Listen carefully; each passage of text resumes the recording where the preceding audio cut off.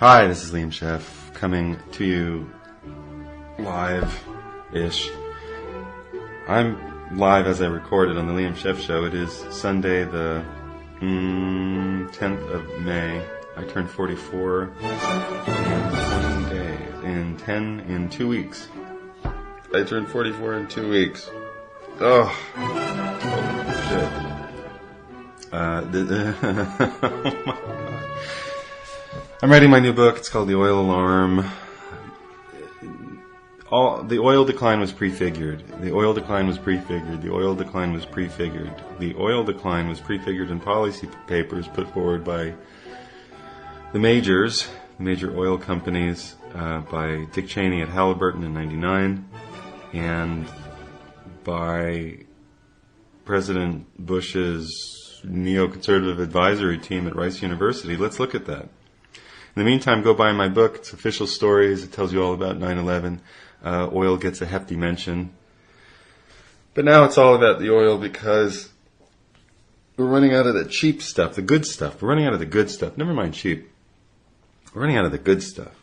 Like the good stuff, you drill through a layer of caprock on top, and then you'd be in this sponge of sandstone. And it had been pressurized for a long time, at least 10 days. Probably millions of years. And the stuff just exploded up and out. You get 100-foot geysers of oil for days. And then it would calm down and you'd pump it. And you'd pump it for years. And there was a tiny decline rate. I mean, like each well would have like a 2% per year decline rate. And you could just pump more wells in the aquifer. Well, it wasn't an aquifer. The field was big. And again, like an aquifer, it's not like an underground lake. And maybe I thought that there was an underground lake of oil when I started doing this research, because we don't learn about this in school. We should learn about this in school, but we don't. Instead, we learn that George Washington chopped down Abraham Lincoln with a cherry tree, and the Civil War ended because peace and love happened. Martin Luther King was great, but one bad guy shot him. Just one bad guy. And the government is on our side, and the Vietnam War was just a kind of a whoops, and we probably shouldn't have done that. But then, then there was ABBA, and then Madonna came in the 80s, and everything's been fine since then. And then there was Bill Clinton, and we didn't like him, but we did because he had sex, and that was the big deal. It wasn't, international trade, which really is international serfdom, was being instituted all over the globe. So that eventually we could all be cappuccino servers and Walmart executive employees, serfs, live on the Walmart plantation, bring in genetically modified rat feces from China. But way back in 2001, March, by the James Baker think tank at Rice University, eventually handed over. No, I'd written that it was handed over to Foreign Affairs, but it wasn't. It was taken in by the Foreign Advisory Committee to the Joint Chiefs of Staff, I think. Anyway, it was a big deal, and it had the ears of everybody in Washington at that point. It was a big, big, big honking deal. And it starts kind of like this. For many decades now, it's written in 2001 in March. I don't know if you remember 2001. It was a great year. I was taking a statistics class in college. For many decades now, that's right, I'm 44. I returned to college. I returned state. Go to the city college and go to state. Why pay money to be lied to? For many decades now, but I was studying music and language. For many decades now, the United States has been without an energy policy. Really? I didn't know that in 2001, that they knew that the United States had been without an energy policy, except using every bloody drop of oil that could. The world is currently, in 2001, precariously close to utilizing all of its available global oil production capacity, raising the chances of an oil supply crisis with more substantial consequences than seen in 3 decades. That would bring us back to 1971. 3 decades. Really, they mean 2.7 decades. They mean 1973. What happened in 1973, you ask? Well, The United States supported Israel in a kind of a war that it was waging, and didn't support the Arab states, in which Israel is plopped down in amongst in between without really any thought to how a small group of Jews survive among Muslim Arabs. It's kind of as though somebody decided to politically put them there to create as much havoc as possible in the international scene, to constantly reinvigorate a desire to have the Western powers in the middle of the oil patch. I mean, because the Jews, were living in Europe, and I mean, why would you just put them in, right? But never mind. The world is currently precariously close to utilizing all of its available oilable production capacity. These limits mean that America can no longer assume that oil-producing states will provide more oil. What? I don't understand that sentence. Why can't Americans assume that? The American people need to know, you're on a need-to-know basis, that about this situation, and be told as well that there are no easy or quick solutions to today's energy problems. I don't understand what you said. I'm an American. Wait a second. Did you say there are no easy or quick solutions to today's energy problems? Can I have a mocha cappuccino with that? Strategic Energy Policy Challenges for the 20th Century report of an independent task force sponsored by the James A. Baker III, an Institute for Public Policy of Rice University, and here it is, the CFR Council on Foreign Relations. It was not, I still think it was published in Foreign Affairs, but it's essentially fed to the Council on Foreign Relations. In other ways, this was sent from the Capo di Tutti Capi to all the important people in the oil business, including the co-signatories of the Project for a New American Century, who made it clear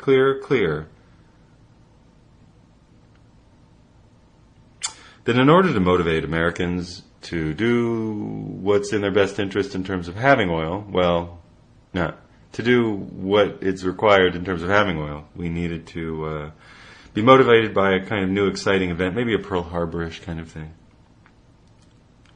Just a little Pearl Harbor. Yeah, you Americans, you're so lazy you won't do anything unless you are attacked. So, continuing, the government will need to increase its vigilance and be prepared to deal with sudden supply disruptions.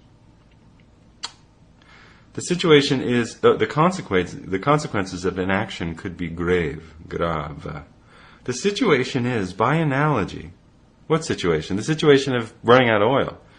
Like traveling in a car with broken shock absorbers at very high speeds.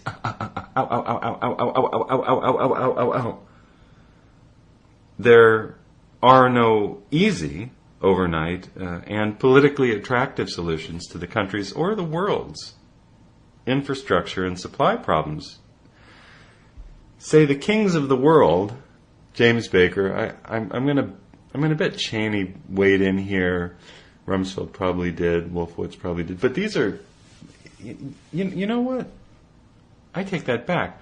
These are independent oil guys. Matt Simmons was in on this talk.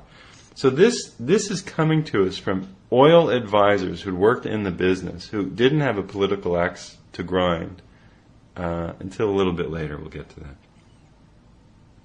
There are no easy, overnight, and politically attractive solutions to the country's or the world's infrastructure and supply problems. There is no place, at home or abroad, where enough oil or gas can be developed fast enough to moderate prices in the next 6 to 12 months. There is no cost-free way to allow unrestricted energy and simultaneously safeguard the environment. Oh. Really? I mean, fracking's not good. There are no overnight solutions to the energy supply and infrastructure bottlenecks facing the nation and the world. Let's talk about those bottlenecks. U.S. energy independence is not attainable. Quoted, Strategic Energy Policy Challenges for the 21st Century. Co-authored by, whole lot of folks at Rice University. We're Texans. Jesus saves. Gay? I never thought about that. Honey, could you shave? Could you put on a man's wig? No. Take that, gay Texas. There are no easy, overnight, and politically attractive solutions to the countries of the world's infrastructure and supply problems. There are no cost-free ways to allow unrestricted energy and simultaneously safeguard the environment. It was fracking, of course, that saved America. It was fracking that saved America. And when did it save America? It saved America a year and a half ago. Fracking, which began in earnest after the collapse of the housing market. Do you know where people got houses that they couldn't afford? But really, what happened and what motivated the collapse of the housing market was the fact that we weren't getting as much oil. The world was in decline. And because we didn't have as much free stuff to pave all of the nonsense that we want to do, to make more movies in which... Isn't every movie about cars? Like there's somebody says 3 words and then they get into a vehicle and then they drive and it's exciting and dramatic and then they go somewhere. Movies are about cars. I mean, Transformers is just blatantly about cars, but, just find any movie that's popular, even a drama. And the most dramatic stuff is happening. Like they have to get into a car, they slam the door and they go somewhere. So our whole society, even the arts, are about cars. Fracking came about after, I think, 2008. I mean, the technology had been there. It was a way to side drill, to loosen up old wells, or to do tests for geological... I know, I got to look that up. But I know it had been around. I know it had been around probably since the 50s, maybe in the 40s, as a method. And then parts of it were developed a little bit later, and then they were assembled.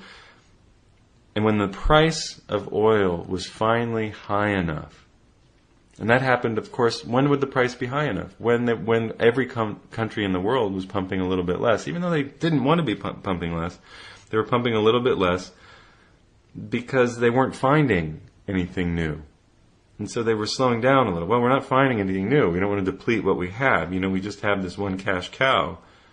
All right, so let's push the price up a little. So the price went up, and these Americans, the T. Boone Pickens of the world, said, we can drill sideways down under the earth. There are 1 trillion barrels of oil under America. America, if we just blow up the top of the country and push all the people away, maybe into one ocean or another, we can melt the whole continental subshelf and get oil out of it and export that as liquid natural gas and oil. Okay? I know what I said. I understand that liquid natural gas, liquefied natural gas is something else, but it comes out of the same shale. So they do this tight shale mining, this fracking, right? And they explode oil out of it with water, and they explode gases out of it, and they collect them. We'll get into the gas thing in a second. So they started fracking, and then guess what? They started getting a little bit of fracked oil. And then the guy named Josh Fox, I think, made a movie called Gasland, and I went, Jesus, God, you got to be kidding me. And then he made Gasland 2, and everybody said, well, there's more oil now, so, why are we worried about a little bit of water? Why are we worried about the environment? Actually, the market takes care of everything. The market's our hero. The market's our friend. The market's not a psychotic serial killer. The market's not a narcissistic punk who doesn't care about anything but what it can gain. The market doesn't just represent all of our worst qualities. The market isn't just there representing all of our most narcissistic, selfish qualities. Of course it's not. It's there. It represents our higher functioning. The market represents our superego. The market represents not our id, not just stuff we want to put in our mouth and shove in every orifice because it just feels good. The market isn't the thing the market isn't the thing we want to throw on the bed and roll around in like dirty, dirty money. The market is, I got it backwards. The market is all of those things. The market isn't our superego. The market isn't our conscience. The market isn't our most noble qualities. The market is the place that we go to say, what can we get for it, and how much can we get from this country, and can we just sell it over here? The market says, oh, you don't eat this fish in Sweden? You don't eat this fish in Wisconsin? Well, why don't we sell it to the Chinese? Here, you Chinese, you take it, okay, you buy it, and then you know what you should do? You should fry it and bread it and sell it back to us. Yeah, that's the market. So we get to ship things from Sweden, Norway, Minnesota. We get to ship those over to China because people can fillet them there and then send them back. in little frozen boxes and sell them to kids. Hey, kids eat free. Have some of this Chinese fried Scandinavian shit. That's the market. The market is a whore. The market doesn't have any moral values. It has no moral compass. The market has all of our worst qualities. The market is all of our worst qualities, all of our worst intentions. That is what the market is. That and nothing but. The market is not a hero. It is all of our worst, most shallow compulsions, compunctions. It is all of our deficits piled high. It is our inability to think to the next day. And here are some people thinking to the next day. There are no overnight solutions to the energy supply and infrastructure bottlenecks facing the nation and the world. What's a bottleneck? Drill, baby, drill. We just think that we can just get as much out of the ground. But you pull it out of the ground and then you put it into the car. It's not what happens. It only comes out of the ground at a certain rate of speed because oil is, even light sweet crude is relatively thick. And it's not in a swimming pool underground, like I might have thought at one time. We're all told that there are pools of oil. Well, they're not pools. It's a hard sponge. It's an unsqueezable, brittle rock sponge. And when I say sponge, you would just look at it like rock, but there are pores in it, and the oil seeps through, and sometimes there are cracks and fissures, and it flows. Then the borehole is made, and the well, everything facing that, the oil flows into it. And those rocks are under so much pressure from above that the stuff literally explodes upward. But then you have to pump it. Then the pressure is released and you have to drill more holes. And then the stuff oozes in and you have to use a pump. And you have to use gas to run the pump. So you're putting oil into the oil field. You're running a gas pump to pull stuff out. Diesel pump. A series of pumps and returns, and you got to push mud down sometimes when you're drilling so that you equalize pressure so you don't have a collapse of the thing. All the rock around will just push the hole closed. And you got to somehow drop the cement pipe down the thing, which cracks. But they do that. For fracking, they do it. They imagine that you can actually put a pipe in underground and it's not going to crack. Of course it cracks. They all crack. They know that. Bottlenecks. How much can you get out of the ground? Well, the ground can only produce so much at a time. So you get impatient. You start drilling more. So you have more holes. Well, it doesn't increase it increases the rate of speed for a little while, but then it doesn't. You just have to keep sucking, pulling. I know what that sounded like, but you just keep doing it. You keep using the pump. You're pulling the stuff out. You're pulling it up. You're pulling it up. You're pulling it up. And then it gets a little slower, so you drill again, you infill, you drill between the two holes that you drilled, and you find that there's not as much oil there because you've really drained a lot of it on both sides. Well, then you get creative, and you put a steam injector, you put a long hose of some sort. I got to look up exactly how they do it, I know. But I'm imagining it's a long metal thing, and you pump in hot steam, and you melt some of the viscous stuff at the bottom. You want it to be more fluid so you can pump it, because the stuff at the bottom is thicker. Or you pump in CO2 gas, which pushes it out of the pores. I know, our friend CO2. You actually pump in CO2 gas and it pushes it out of the pores. Or you pump in, I already said steam. What else? CO2? Oh, what about water? Of course, because oil floats on. Right. So you drill deep and you start pumping in water. Pumping in water. Hoping that is as much as you can under the thing. So maybe you want to drill deep and put an explosive and crack. And you start pushing the thing up with water. Who's been doing that? Well, the Saudis have. The Saudis have been doing that for a long time. And their great Ghawar field has been pumping 30, maybe 40% water. It was reported that it was pumping 30% water sometime in 2004. I mean, that they pump in so much water that when they pump oil, you're pulling out 30% water. And, 70% oil. Well, maybe now they're down to 50% oil and 50% water. Anyway, that's how they've kept the pressure up. Anyway, that's how they've kept the pressure up. There is no cost-free way to allow unrestricted energy use and simultaneously safeguard the environment. We can blow up this whole country. As it is, national solutions alone cannot work. Politicians still speak of U.S. energy independence, while the United States is importing more than half of its oil supplies, they said in 2001. Well, by 2005, we were importing 60% of our oil supply. 70, 65, something like that. Indeed, the U.S. imports almost 500,000 barrels of Iraqi oil a day, they said, in 2001. Now, in 2001, Iraq was a dictatorship, but I suppose it was somewhat sovereign in that sense. It was its own thing. It was an Iraqofornia. Now the paper takes a turn, and I'm sensing some of the neocons, Rumsfeld, Cheney et al., Wolfowitz, had a hand in the next bit. Over the past year, this is Liam Scheff. You're listening to the Liam Scheff Show. Please buy my book, Official Stories. We detail the 9/11 excitement.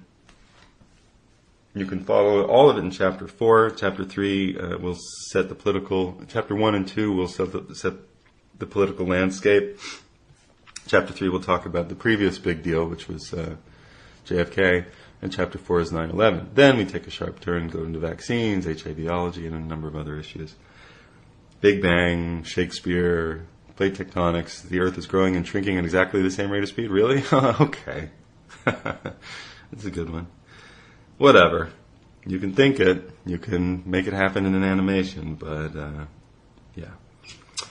And I think we even touch on Darwinism. And the world doesn't work by Darwinism. I mean, things evolve, but not the way that people think they do. The universe is just such an interconnected electromagnetic thing that to say that the what we consider the least complicated thing, RNA and DNA, are so complicated that we can't remake them, no matter how hard we try, and we don't even understand them.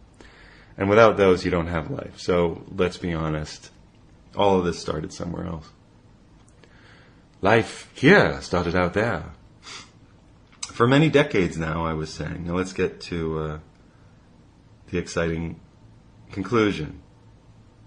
Over the past year, Iraq has effectively become a swing producer, turning its taps on and off when it has felt such action was in its strategic interest to do so. So if you don't know what a swing producer is, hi, I'm a swing producer, they just told you. A swing producer is somebody who turns their taps on and off to maximize or minimize, gain or loss. Saudi Arabia is the swing producer of the world. When the price goes too high, they'll pump less. They'll pump more to reduce the price. When the price goes too low, they'll pump. No, I got that backwards. When the price goes too low, they'll produce less to raise the price. When the price goes too high, they'll pump. No, when the price... Come on, do it with me. When the price goes too high, they want to reduce supply. No, they want to increase supply to lower the price. So when the price comes too high, they pump more. When the price goes too low, they pump less because they want to decrease supply. I know. Market. The market's a whore. Bitter perceptions in the Arab world that the United States has not been even-handed in brokering peace negotiations between Israel and Palestine have given political leverage to Iraq's Saddam Hussein to lobby for support among the Arab world's populations. Now this report talking about oil supplies goes like this. The United States should conduct an immediate policy review toward Iraq, including military, energy, economic, and political diplomatic assessments.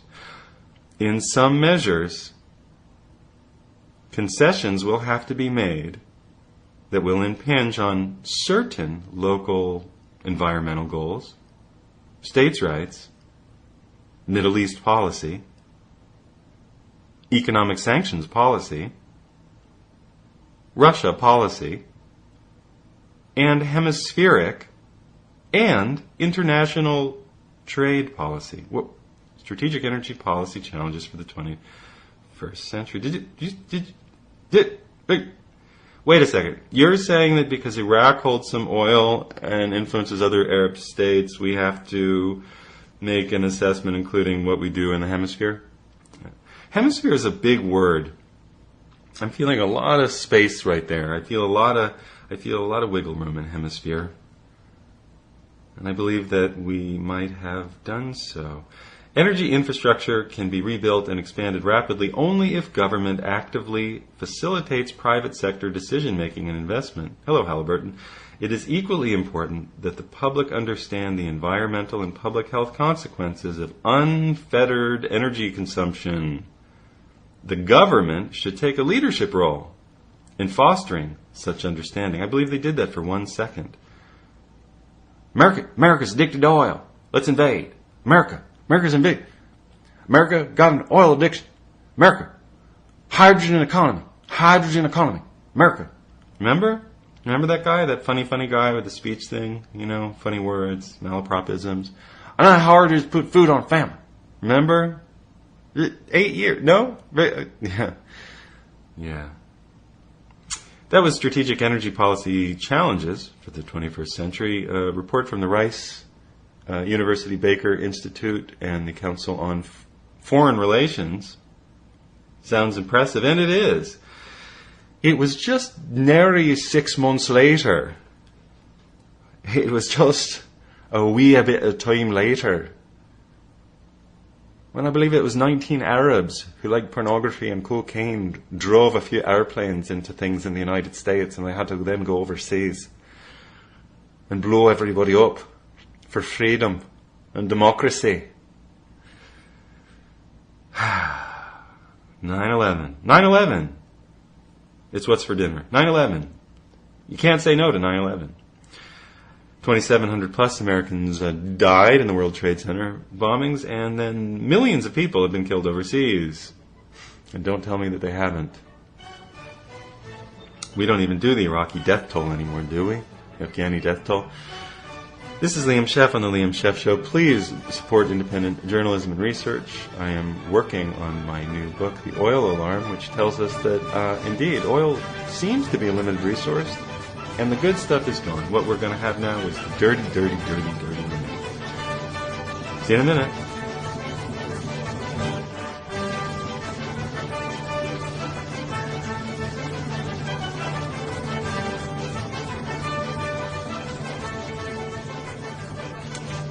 And you're listening to the Liam Scheff Show on UCY TV. It's a UCY special. Official stories exist to protect officials. I was writing in about 2008 or 9, and I scratched my head. I made a little comic that said, official stories exist to protect officials. A little bit of internet artwork. It came to me. I was thinking about the Roman Empire. I was studying the Middle Ages. I'd been studying the Middle Ages. I'd been studying the late Roman. I'd been studying the late Middle Ages into the beginning of the Renaissance, into the beginning of Reformations, etc., etc.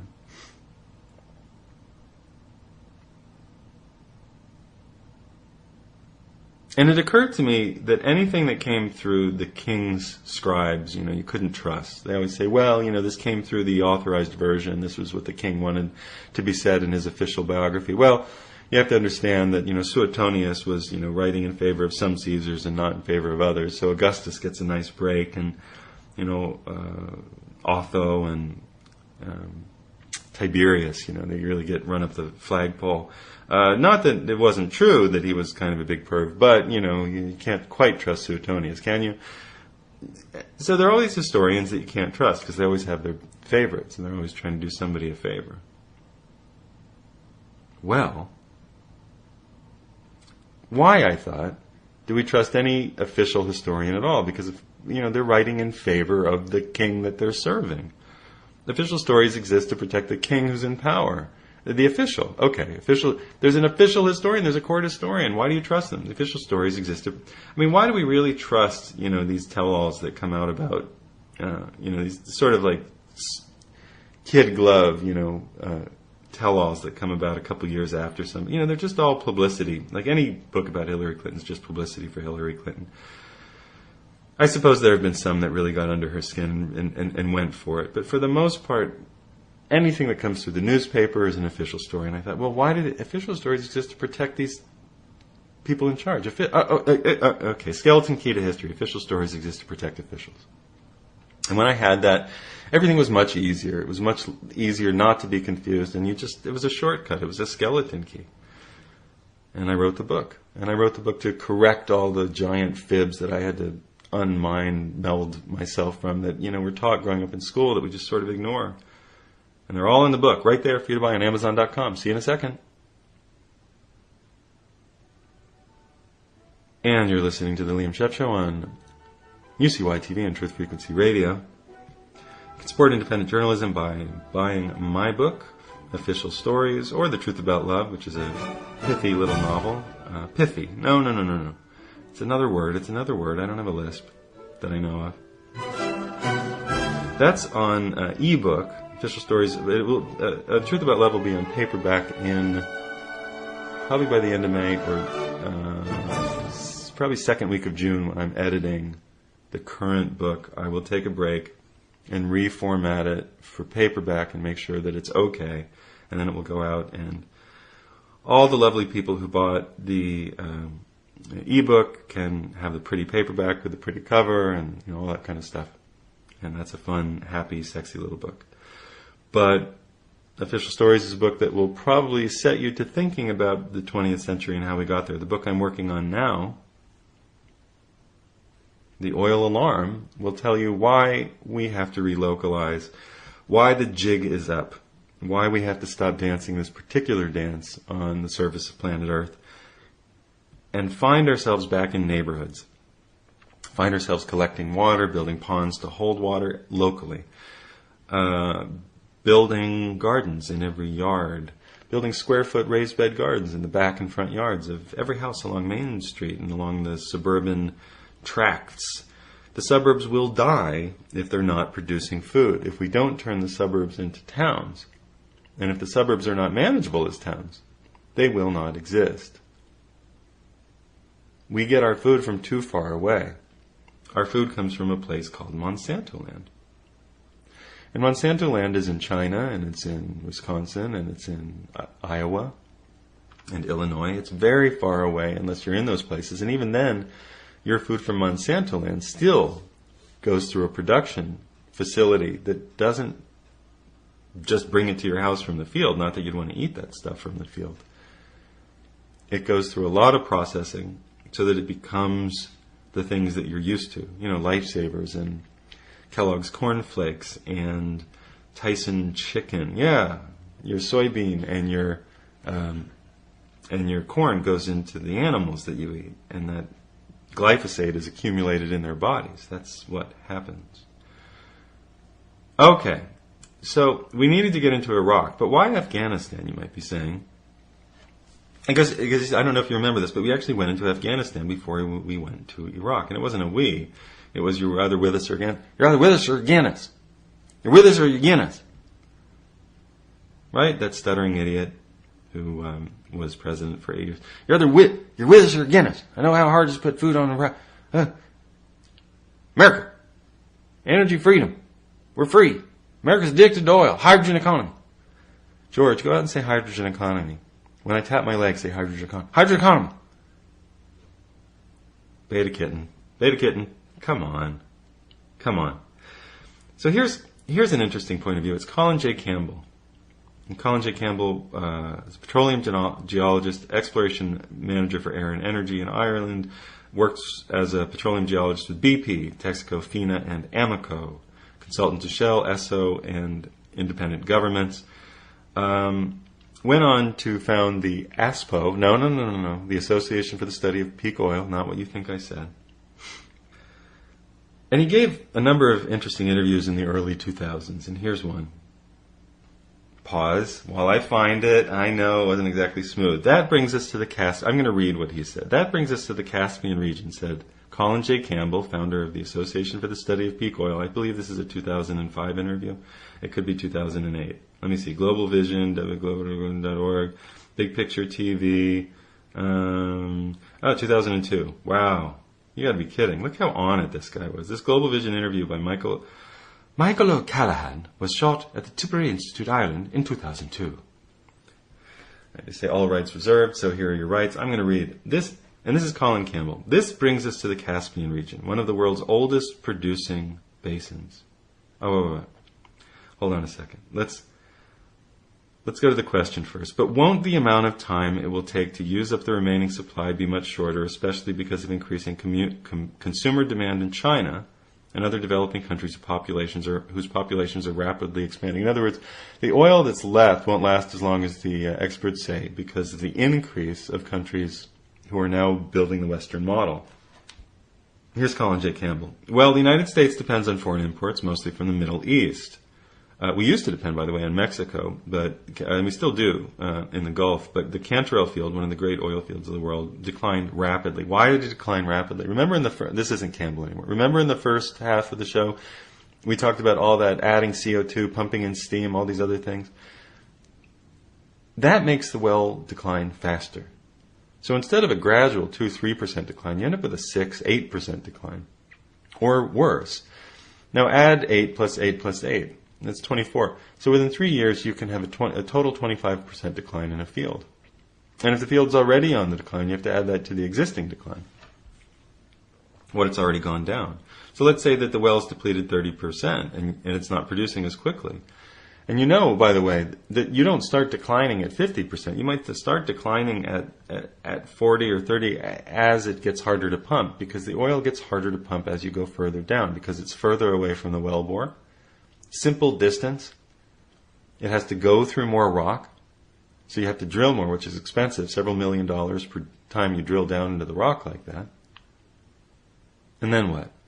And then it's got more sulfur in it. It's got more metal in it. It's got more whatever in it. And so it's harder to pump. It's thicker. It's more viscous. It's no longer light sweet crude. It's medium grade crude, or it's heavy crude. It can be heavy. So once you start declining, you're in a race against geology.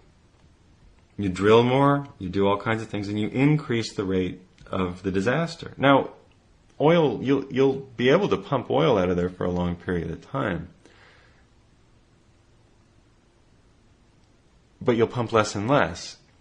Titusville, where oil was pumped in the 1850s, still produces a little bit of oil in a museum in Pennsylvania. Pints, a couple pints per day. Not quarts, not gallons, and not 42 gallons per barrel, and not hundreds of barrels, and not thousands or millions of barrels, which is what you need to get out of a field. But pints, nothing. Nothing that you could use, nothing you could sell. And they keep the thing open out of, I guess, duty of a museum, but you got to run the pump with, energy, diesel. Well, the United States, says Colin Campbell, depends on foreign imports mostly from the Middle East. It has long been official U.S. government policy that access to foreign oil is a vital natural interest, justifying military intervention where necessary. Yes, that's our energy policy. Up till now, this potential threat of military intervention was based on the fear of temporary interruptions, while some countries might stop exports for political reasons. But the situation has now changed because the U.S. is no longer facing just the prospect of temporary political interruptions. It's facing the iron grip of depletion. That means that not only is the United States depending on Middle East supply, but so is the rest of the world. China is desperately trying to increase its economy. It has aspirations to be a two-car family like everybody else. And China has been very thoroughly explored by the communists, albeit with rather primitive technology. But this was offset by the sheer level of work that they do to drill.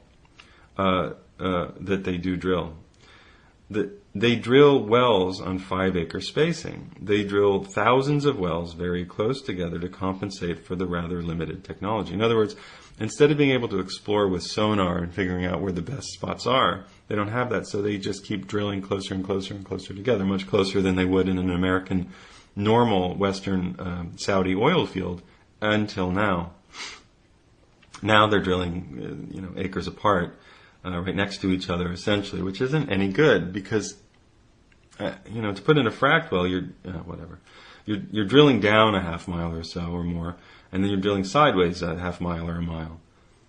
So you can't put them too close together, but the Chinese are. So the Chinese are going to be looking for access to the Middle East oil, and they are. And China is buying up all kinds of stuff in Africa and has been and owns it. The third world Africa, although their needs are small, they're also going to be wanting access. And under the principle of globalism, it's a tenet that the world's resources should be available to the highest bidder, which is clearly the United States at the present time. So we face a conflict, the first steps of which are already being unfolded in front of us. Access to these oil supplies, which are critical to the agriculture of this country, the United States, to their well-being and to their whole economy, our well-being, our economy, is moving from being just market-driven thing, which political incidents might be superimposed upon, to being limited by the iron grip of depletion. Now, what about Russia? Again, I'm reading from Colin J. Campbell's interview in 2002. Discovery in Russia peaked, and he's a, 50-year petroleum geologist, he knows it all. Discovery in Russia peaked in the late 50s. They were quite efficient explorers because they were freed from the commercial criterion. In the West, we always had to drill wells on the basis of expecting them to deliver. In the Soviet Union, they could drill wells to get information, scientific, engineering data. They approached it really more logically. So discovery peaked there, and in the last days, the communists, they really raped the reservoirs. They overproduced them. Water entered, causing all sorts of damage to the reservoirs simply because of the desperate conditions they were in. Did I say that if you overpump a well, it depletes more quickly? That's what happens. After the collapse of communism, oil production just fell like a stone. Now, 10 years later, 2002, it's beginning to recover. They walked away from a lot of their operations, by the way. After the collapse of communism, the country really collapsed, and it's hard to keep up an infrastructure, an oil drilling and supplying, pipeline running and heating infrastructure. It's hard to do that when the basis of your economy has been depleted, because we lived in a networked economy. So if you lose a significant portion of your oil due to overproduction or a peak or a decline, you're also going to lose your manufacturing base. It's going to decline significantly. These things are so interwoven that to say that you just get to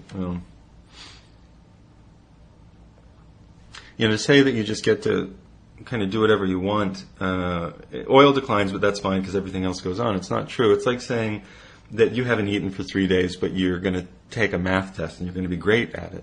You're not, because your mental facilities or faculties are intrinsically interwoven with your energy supply. That's a decent way to put it. It's like saying you haven't eaten for 3 days, but you're going to go on a 10-mile walk. This is going to be a very painful walk. Whereas if you've, just had a really good meal and digested for 6 hours, you can go on a long walk, a long hike, and you're going to be okay as long as you bring more food and water. So you need the food and water along the way to supply all of the various things that are going in your body, the self-lubricating mechanisms, the fat that you need in your body, the carbohydrates that you need to make sugar, to make your ATP system work, the proteins that you need to fill in the deficits where you've, sort of cooked your muscles a little bit too much and they're degrading. So you need all of these things. Well, a system like the United States with a trucking network and a rail network needs oil to make this stuff work. And the Soviet Union with the trucking network and a train network, really a train network, would need enough oil and gas to make this work. And if they were overpumping, they'd have less. If they had severe political unrest, you might not be able to get people to go to work the same way. And there's another chink in your armor, weak link in your chain. So why has Russia recovered? Well, they peaked, but they hadn't run out. I think they made a couple discoveries, but they've certainly peaked since then, and they've been announcing that they're not going to have as much as they did. So they're in the decline. They have a lot of natural gas, and they're going to use it judiciously. They're going to sell it to whom they want to and not sell it to those that they don't want to. They're going to keep themselves in a natural gas economy much longer than probably we can.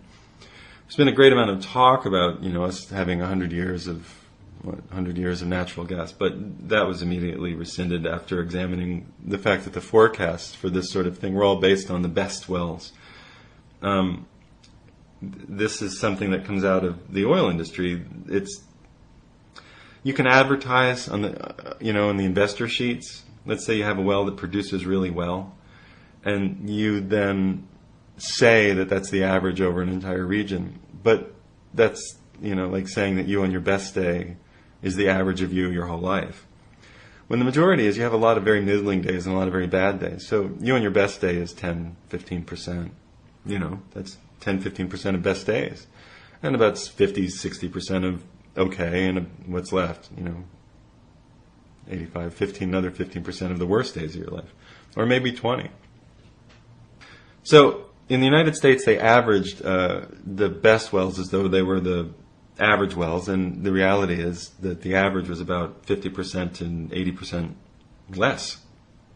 So we don't have 100 years of natural gas. Nobody can really tell you, but it could be 30 at current usage rates. And if we run low on oil, they're going to use the remaining gas to fill in the oil gaps, which means that we'll have 15 years of natural gas left because it'll go quickly. That's the way it happens. And we're not very smart about it. We're not clever. We're not careful. And we're not being asked to conserve. We're being asked to be afraid of CO2. And, maybe CO2 is a problem and maybe it's part of a problem. But the problem is that the American government doesn't have the brain power or the will or the courage to say, look, what it said in that report, that Strategic Energy Policy Challenges, it said that the American government needs to tell people that we have to use a limited amount of this stuff, that we cannot live the way that we have lived. And I haven't heard that message coming through. I don't know if I've been missing it on Fox News, or CNN or PBS. I don't remember them coming on saying, actually, don't drive your cars today, and everybody has to carpool. And actually, cars are kind of going to go the way of the dinosaur. We're going to put electrified streetcars all over the world, all over the country, because that's the most efficient use of our energy. By putting in an electrical streetcar network in the major cities, and I know Manhattan has subways and people use them, but put an electric streetcar above ground too. Maximize traffic that way, or do it in, if that's a bad idea, do it in Miami to Fort Lauderdale to Boca Raton. Do it, screw Los Angeles, sorry, it's dead. Do it in any of the other major cities that don't have, or begin to extend the rail systems that are there by extending the rail longer into the suburban tracts to spare people 20-mile drives. If we started building train systems and using them and demanding that people use them and putting an artificial tax on gasoline to make it more expensive for people who drove alone, that the answer would be that 4 of us had to fit in cars at all times. Well, that's uncomfortable. Well, sorry, that's the way I grew up. I mean, nobody drove alone all over the place. Gas was too expensive. We can do it, we can, but we're probably not going to until we absolutely have to. So let's get back to Colin Campbell. Do you understand what I'm saying, though? Do you understand this point? That there are two things. When you over-drill to get the remaining stuff out, you deplete the well faster. That happens all over the place. There's a codicil to that, and it goes like this. Oil on land, the big oil fields on land, were all discovered sometime between the 30s and the 50s, maybe the 60s. And then we found them all. Then they went, and those lasted the longest. Some of those are still performing, like Ghawar, the Ghawar field of Saudi Arabia, the largest in the world. Still performing, some 40 years into it. Those deplete the slowest. Then you go into shallow water, and you get a lot of oil there. Those deplete faster than the on land ones. Then you go to deep water. Those deplete faster still. Then you go to fracking, and those deplete in lightning speed. 50%, 60%, 70% in the first year. An average of 40% a year. Not 2%, but 40. Different animal, different game. Short-term game. Very risky game. Polluting a lot of water for it. So, says Colin Campbell, they are now increasing production, talking about Russia, the former Soviet, making good what they would otherwise already have produced, but for the anomalous collapse at the end of the Soviets. So he's saying that the former USSR has now increased production for the last 10 years, and they're one of the exporters to the world. They went back to the fields that were in the beginning of a decline when the government collapsed and you couldn't get the work done, and everybody had to relocalize and everybody had to grow food or people would have starved. They got back on their feet, remanaged their energy sector, waged war on a couple local city states, a couple local former satellite states, Chechnya, etc., who were getting in the way of Pipelinistan and now are manhandling the remaining oil supply. So the former Soviet Union will be much better off than the United States. Number one, they never really decentralized. They were always centralized. Every major city lived on train lines. People in the rural area never got used to driving anywhere. You know, it's not like they all had cars. I mean, if they did, it was for emergency stuff, and you still had to rely on your local community environment or trains, not overland trucks, to get the majority of your food. Now, says Colin Campbell, this brings us to the Caspian region, one of the world's oldest producing basins, already known in the 1800s, middle of the 1800s. The Soviets had no particular reason or need to explore the offshore fields in the Caspian Sea. They didn't develop offshore rigs and platforms. It wasn't in their budgetary constraint. But when the Soviet Union fell, the place became available to Western interests. So you see, the Soviet Union collapsed, and then there's this Caspian basin. Well, let's go into the water there, say the major oil companies. There was a great enthusiasm for the Caspian end of the 90s, and the Western companies moved in. The United States government was partially misled by a great wave of optimism that overcame everybody, and they said, well, maybe the Caspian gives us an escape from the stranglehold of our dependence on the Middle East. So exploration started.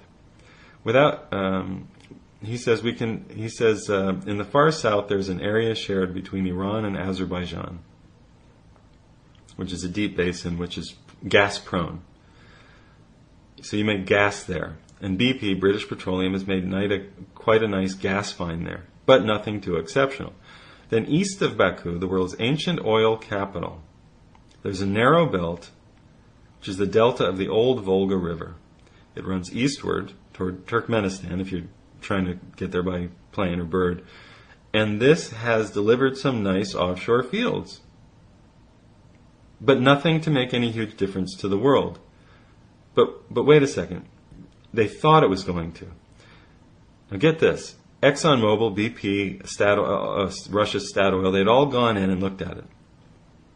But ExxonMobil pulled out of that offshore field that we were talking about along the old Volga River. Now, the really great interest, says Colin Campbell, lies further north, where in 1979, the Soviets made a very deep discovery at 4,000 meters of high sulfur oil. 16% sulfur at a place called Tengiz. This is very important because you begin to run into an understanding that oil drilling isn't something that you do in like an iPad game. You know, it's not like Civilizations or whatever. It's something you actually have to do. And you get guys out there who are essentially willing to be maimed and have limbs torn off and fingers and freeze or be drowned to do this work to get a better than average paycheck. Here it is. The Soviets didn't have the steel to deal with the high sulfur because it corroded the pipes.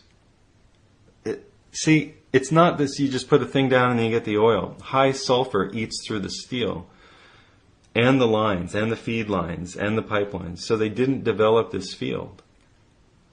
Later Chevron came in and indeed with some difficulty is now producing quite a large field, about a 6 billion barrel field in a very deep structure, like an ancient reef.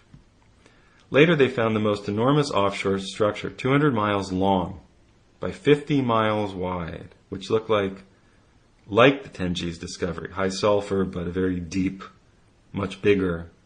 If this had been full of oil, it might have contained 200 billion barrels, making it the world's largest oil field. Oh my God. So in the late 1990s, the Western powers thought that they had found a 200 billion barrel oil field, which would have been incredibly large, incredibly valuable, and really only produced about 30 billion barrels a year, times 6 would be 18, 180, 6.5.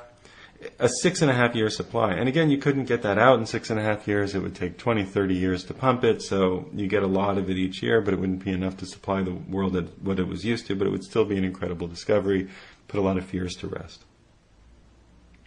So there was a great deal of hyperbole about this, and you can picture back in the think tanks of America and the foreign service departments and the military planners.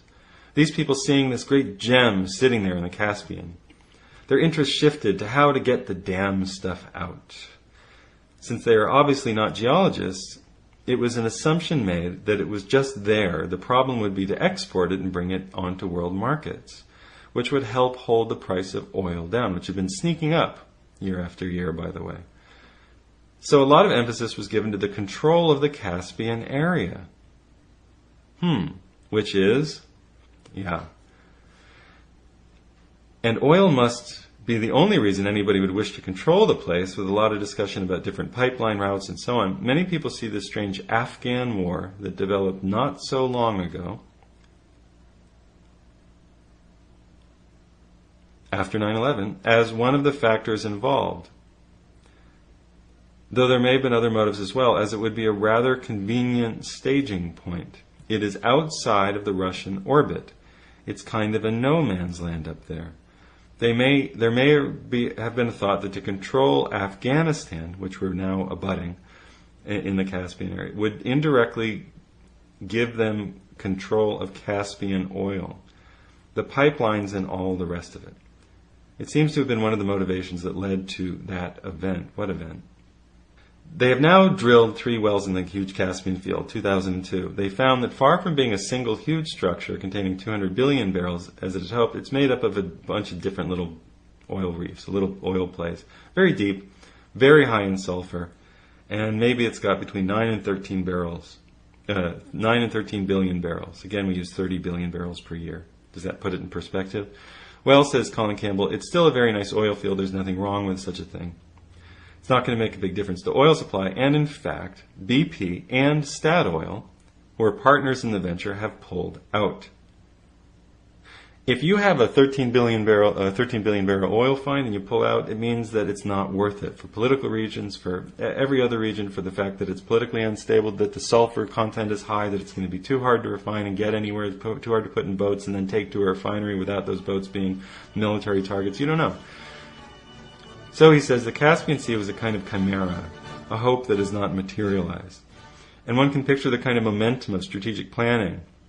They get the idea that this is some target that we should control, and the small fact that it doesn't have the booty that you think it does takes some time to sink into the square minds of the people doing this. We find that the Afghan war came to a driving stop. It didn't achieve very much. It caused the fall of a government. This bin Laden man they were supposed to be looking for was never found. And that's the case. It was never we stopped talking about bin Laden for 10 years. And now it barely hits the television screen at all. And then one day a guy showed up who we saw from the back, and we were told he died, and then we didn't see the body, and then he was thrown into the water, dead.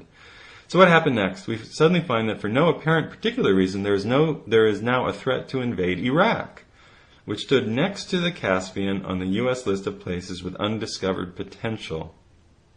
The cynic has some justification in saying, well, the first venture to control the Caspian failed. They moved up one step down to the list to control Iraq. One can picture a sort of committee, one can think of the Israeli committee there who say clearly that Iraq poses some kind of threat to Israel, so we'd like to counter that threat. We could see the oil lobby on the other side saying, yes, we desperately need to access the Iraqi oil. It would help us in our world supply situation. The United States is heavily in debt. It's a kind of virtual economy built on foreign inflows, and the whole event of September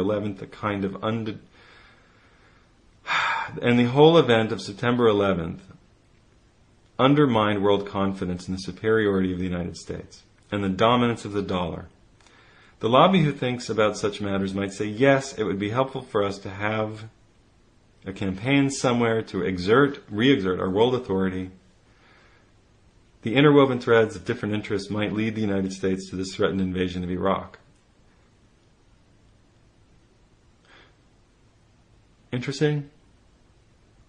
Of course, this would be very simplistic because it's almost inconceivable that the United States could hold in perpetuity all of those people in subjugation. The Palestinians tell us they don't give up that easily, and oil installations are certainly easy targets for any kind of resistance. Now, why are we in Iraq? Why did we go into Afghanistan? We went in Afghanistan because This is Liam Scheff Show on Truth Frequency Radio and UCY. Join us next time. Please go buy my book.